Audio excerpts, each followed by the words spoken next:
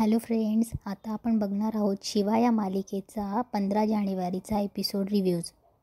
इकडे ऑफिसमध्ये नेहा येते तेव्हा नेहा आशूला विचारते, आशू अरे मांजा काय झालं त्याला? त्यावर आशू बोलतो, आपण लग्न करणारे म्हणून तो नाराज आहे. त्यावर आशू बोलतो, खरं तर मलाही कळत नाही काय करायचं काय करायचं नाही. सीताईला शिवा आवडत नाही आणि बाकी सगळ्यांचं वेगळंच काहीतरी म्हणणं आहे.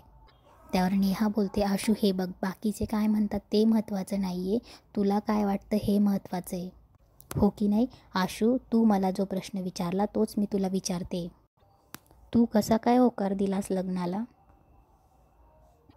म्हणजे तुझा तर पूर्ण विरोध होता, तूच म्हणत होतास ना की आपण चांगले मित्र आहोत, इथेच राहू. मग काय झालं अचानक? कारण तुझा खूप विरोध होता ना लग्नाला, की आपण दोघं मित्रच राहू, ऑकवर्ड झोन आहे, म्हणून मी होकार दिला, असं आशू बोलतो.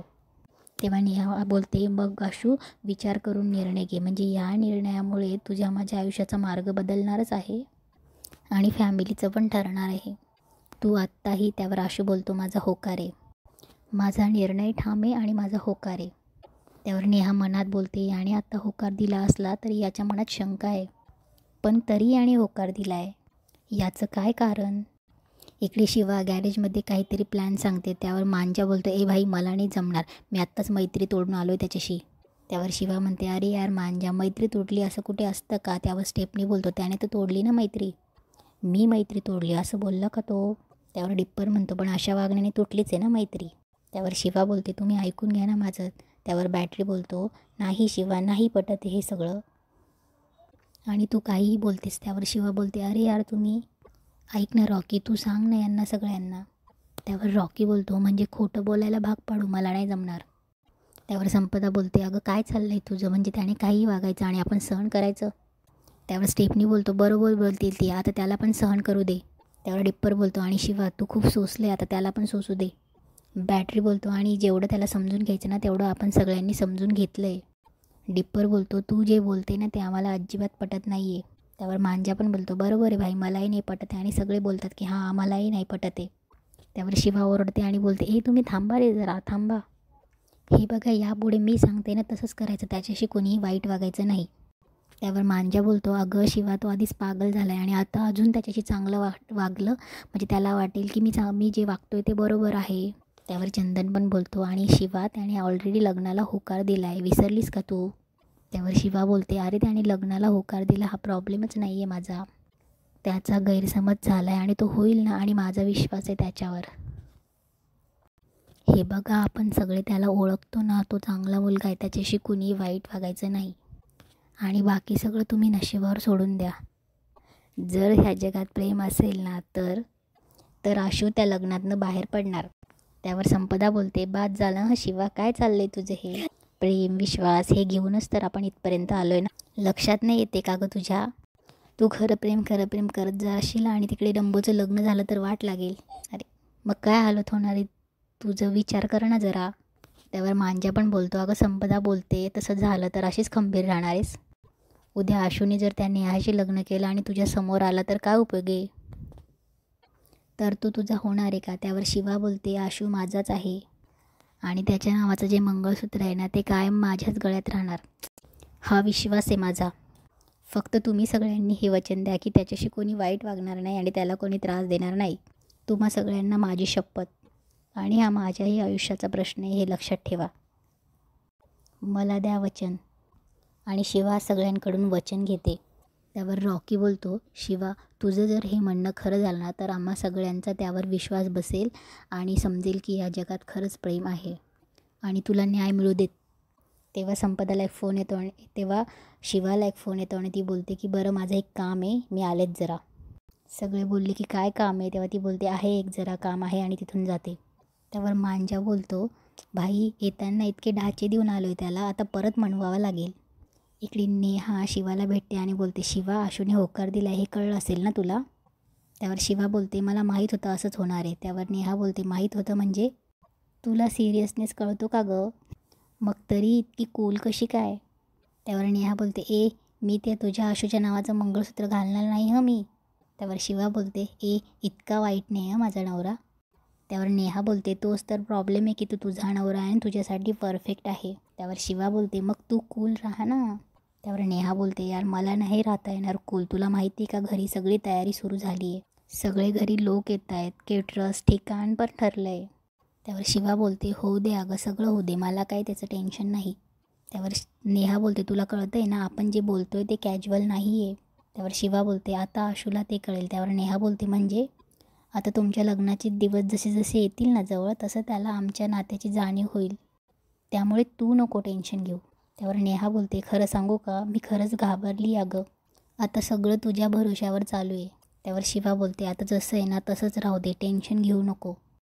त्यावर नेहा बोलते काय म्हणतेस टेन्शन घेऊ नको आणि तिचं लक्ष दिव्याकडे जातं. दिव्या दुरून त्या दोघींना बघते. त्यावर नेहा कानाला हात लावते आणि बोलते शिवा एक प्रॉब्लेम झाला आहे. इकडे दिव्या बोलते शिवा आणि नेहा आशूच्या आजी माझी बायका एकत्र काय प्रकारे यांचं चाललं काय. त्यावर नेहा मुद्दामच शिवाशी भांडण काढते आणि बोलते ए शिवा तुला मी हे सांगायला आली की माझ्या आणि आशूच्या मध्ये यायचं नाही. तू आशूचा भूतकाळ आहेस आणि मी आशूची भविष्यकाळ. त्यावर शिवा बोलते अबे मला तुमच्या मध्ये पण न्यायचं निघते का. त्यावर नेहा बोलते ए नीट बोल माझ्याशी मी देसाईंची होणारी सून आहे. त्यावर शिवा बोलते अबे झाली नाही अजून सून मीच आहे त्यामुळे वटक मी आधीच सांगते. तेव्हा दिव्या त्यांचं भांडण बघून पुढे येते. तेव्हा नेहा बोलत असते की तू मला नाही सांगायचं मी काय करायचं आणि काही नाही. मला वाटलं मी थांबणार आणि मला हौसने तुझ्या वस्तीत येऊन थांबायला. तेव्हा दिव्या शिवाला बोलते शिवा काय झालं आहे. त्यावर शिवा बोलते अबे ही किती शहाणी आहे मला भेटायला आली आणि मला सुनावून दाखवते. तेव्हा दिव्या बोलते हे बघ नेहा असं तू इथे येऊन तिला काही बोलू नको. आणि शिवाला बोलते की शिवा तू कशाला तिचं ऐकतेस काही गरज नाही तिचं ऐकायची. त्यावर शिवा बोलते मला ऐकायचंच नाही आहे. त्यावर नेहा बोलते जा तुझ्या बहिणीला घेऊन जाय. त्यावर शिवा बोलते अबे मी इथेच राहणार आणि ही माझी वस्ती तू इथून वटक आणि डोक्यात जाऊ नको माझ्या. त्यावर नेहा बोलते मला सांगायचं नाही मी देसाईंची होणारी सून. आणि त्या दोघं भांडायला लागतात. दिव्या शिवाचा हात धरून शिवाला ओढून घेऊन जाते. तेव्हा शिवा गेल्यावर नेहाला खूप हसायला येतं आणि ती बोलते वा नेहा मॅडम जमतंय तुम्हाला. म्हणजे जर मी इथे ॲक्टिंग करू शकते तर आशूसमोर पण करू शकते. म्हणजे बहुतेक ना माझी फील्ड चुकली आहे. मी ॲक्टिंग फील्डमध्ये जायला पाहिजे होतं. इकडे बॅटरी आशूला मिठी मारतो आणि जिजू करतो. त्यावर अप्पर पण येतो जिजू मी पण इथे. तेव्हा डिप्पर बॅटरी पण येतात. स्टेफनी पण येतो आणि मांजा पण. त्यावर आशू बोलतो काय रे मांजा तू काय करतो इकडे. त्यावर आशू बोलतो हां नाही बरोबर तू यांचा मित्र आहे ना तुमचा मित्र आहे तो. माझ्याशी मैत्री तोडली त्याने आता कालच बच्चन टाकून गेला खूप. हे भाई आपली मैत्री तुटलेली नाही आहे परत कनेक्ट होते. हॅपी फ्रेंडशिप डे भावा. आणि सगळे आशूला हॅपी फ्रेंडशिप डे करतात.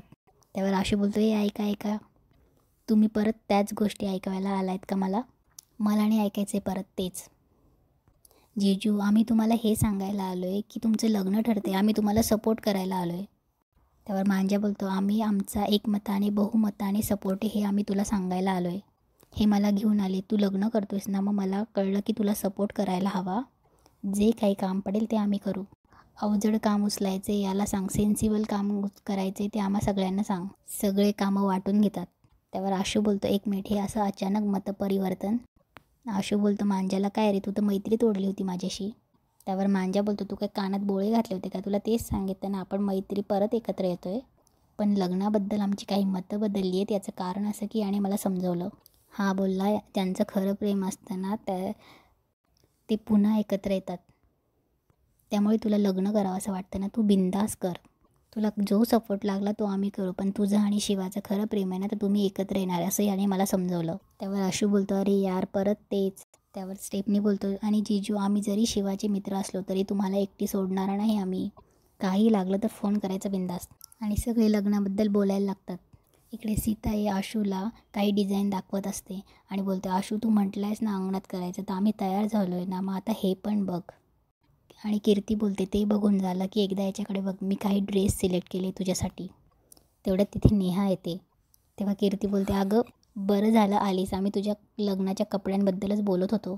तेव्हा आशू बोलतो काय गं नेहा कशी काय आज. तेव्हा कीर्ती बोलते मीच बोलवून घेतलं. तेव्हा आशू बोलतो आई मला जरा भूक लागली काय आहे का करायला. तेव्हा उर्मिला काकू बोलते आशू तू बस मी करून आणते.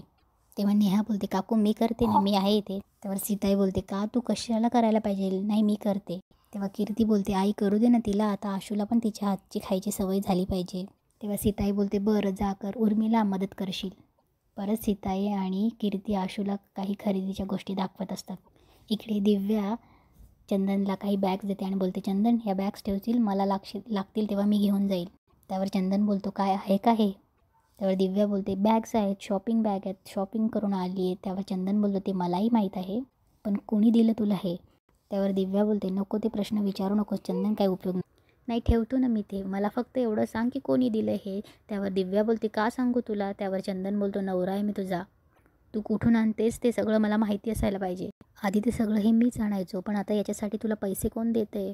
त्यावर दिव्या बोलते तू माझ्या लाईफमध्ये जरा जास्तच घुसत नाही आहेस. त्यावर चंदन बोलतो हो घुसतोय, कारण लग्न झालं आहे आपलं, तू दुसऱ्या कोणाला डेट करतेस.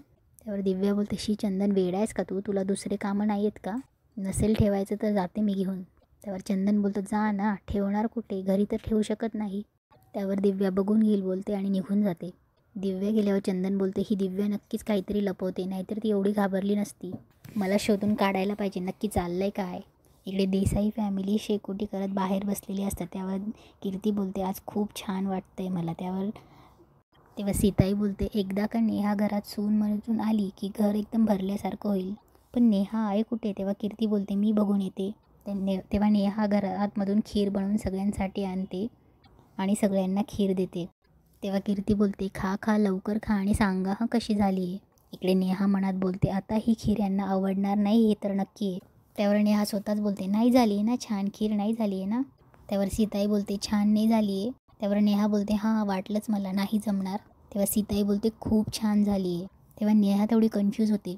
तेव्हा कीर्ती पुढच्या पुढे हसते आणि बोलते जिंकलंस नेहा जिंकलंस, देसाई घराण्याची होणारी सून ना एकदम सुगरण आहे. आणि सगळे बोलू लागतात की खीर खूप छान झाली आहे. तेव्हा नेहा मनात बोलते पण असं कसं झालं हे. तेव्हा कीर्तीला तिने केलेलं आठवतं. कीर्ती किचनमध्ये जाते आणि नेहाने केलेली खीर बघते. तेव्हा कीर्ती खीर खाऊन बघते आणि बोलते की काय बनवलं हिने, साखर पण नाही टाकली आणि वेलची पूडही नाही टाकली. तेव्हा कीर्ती तिच्या हाताने साखर आणि वेलची पूड टाकून खीर व्यवस्थित बनवून ठेवते. तेव्हा कीर्ती नेहाजवळ जाते आणि हळूच बोलते नेहा यावेळेस मी वाचवलं आहे तुला, पण सारखं सारखं नाही वाचू शकणार हं. काय असतं ना खीर साखरेशिवाय आणि वेलचीशिवाय बनवायची नसते. नाही यावेळेस मी होते, पण तुझा संसार तुलाच वाचवायचा आहे. आणि कीर्ती आशूला विचारते कशी झाली खीर. त्यावर आशू पण बोलतो छान झाली एकदम छान झाली. त्यावर सीताई बोलते तुला आवडली म्हणजे शिक्कामोर्तब झालं. तेव्हा नेहा मनात बोलते शी यार प्लॅन फेल झाला, शिवा तुझा तरी प्लॅन सक्सेस होऊ दे, मी ह्या कीर्तीताईला नाही झेलू शकत. इकडे बाई आजी शिवाकडे येते आणि शिवाला बोलते शिवा उठ आणि मला भूक लागली ग म्हणून बोलते, मला काहीतरी दे खायला. त्यावर शिवा बोलते तुला काय पाहिजे. तेव्हा बाई आजी बोलते तू देशील ते. तेव्हा शिवा बोलते तुला न्यूडल्स देऊ का, तर थांब मी आलेच. इकडे नेहा जायला निघते. तेव्हा आशू बोलतो आणि पोचल्यावर कळव हं. तेव्हा नेहा बोलते आशू ॲक्च्युली मला एक सांगायचं होतं. तेव्हा आशू बोलतो बोल ना. तेव्हा नेहा बोलते मला अरे खूप भूक लागली आहे. तेव्हा आशू बोलतो अगं तू खाल्ली नाहीस. तेव्हा नेहा बोलते अरे ती खीर सगळ्यांना इतकी आवडली होती तर मी खाल्लीच नाही. तेव्हा आशू बोलतो काहीतरी खाऊन घेतेस का चल. तेव्हा नेहा बोलते नाही नाही नको नको मी ऑर्डर करते अरे. तेव्हा आशू बोलतो अगं तू कधी ऑर्डर करणार, ते कधी येणार, त्यापेक्षा एक काम कर मी तुला न्यूडल्स बनवतो. त्यावर नेहा बोलते काय तुला जमेल ना. तेव्हा आशू बोलतो चल तू ये. इकडे शिवा बोलते तुला माहिती आहे का सगळ्यात जास्त न्यूडल्स कोणाला आवडतं. त्यावर बाई आजी बोलते अगं आशूला. त्यावर शिवा बोलते खरं आहे आजी, आशूला ना माझ्या हातचे न्यूडल्स सगळ्यात आवडतात. इकडे नेहा आशूला म्हणत असते की तुला काही मदत करू. त्यावर आशू बोलतो तू गडबड नको करू. त्यावर नेहा बोलते गडबड कसली यार, यात काय रॉकेट सायन्स आहे. त्यावर आशू बोलतो हे बघ रॉकेट सायन्स नसलं ना तरी न्यूडल्स सायन्स नक्की आहे. इकडे आजी आणि शिवा पण न्यूडल्स खात असतात. तेव्हा शिवा आजीला बोलते आजी बरेच दिवस झाले ग मी आशूला न्यूडल्स नाही दिले, टेस्ट नसेल ना विसरला, मला टेन्शन आलं आहे. त्यावर बाई आजी बोलते असं टेस्ट कोणी विसरतं आहे वय, तुझ्या हातची चव शक्यच नाही. त्यावर बाई आजी बोलते एवढी तुला आशूची काळजी वाटते तर त्याला शिकवलं का नाहीस तू. त्यावर शिवा बोलते नाही आजी आशूला मी आयुष्यभर माझ्या हातचे न्यूडल्स खायला घालणार, त्याला नाही शिकवणार. इकडे नेहा बोलते चला आता आशूने केले तर मी टेस्ट करते आणि टेस्ट करून बोलते वाव मस्त झालेत न्यूडल्स. त्यावर आशू बोलतो आवडले ना तुला. त्यावर नेहा बोलते मस्त मस्त खरंच आशू हे कोण बनवायचं तुझ्यासाठी. त्यावर आशू बोलतो तू खा ना. त्यावर नेहा बोलते सांग ना. त्यावर आशू बोलते जाऊ दे ना. त्यावर नेहा बोलते ज्याने कोणी शिकवली ना मस्त शिकवले तुला. त्यावर आशूला आठवतं आणि तिथे एपिसोड संपतो.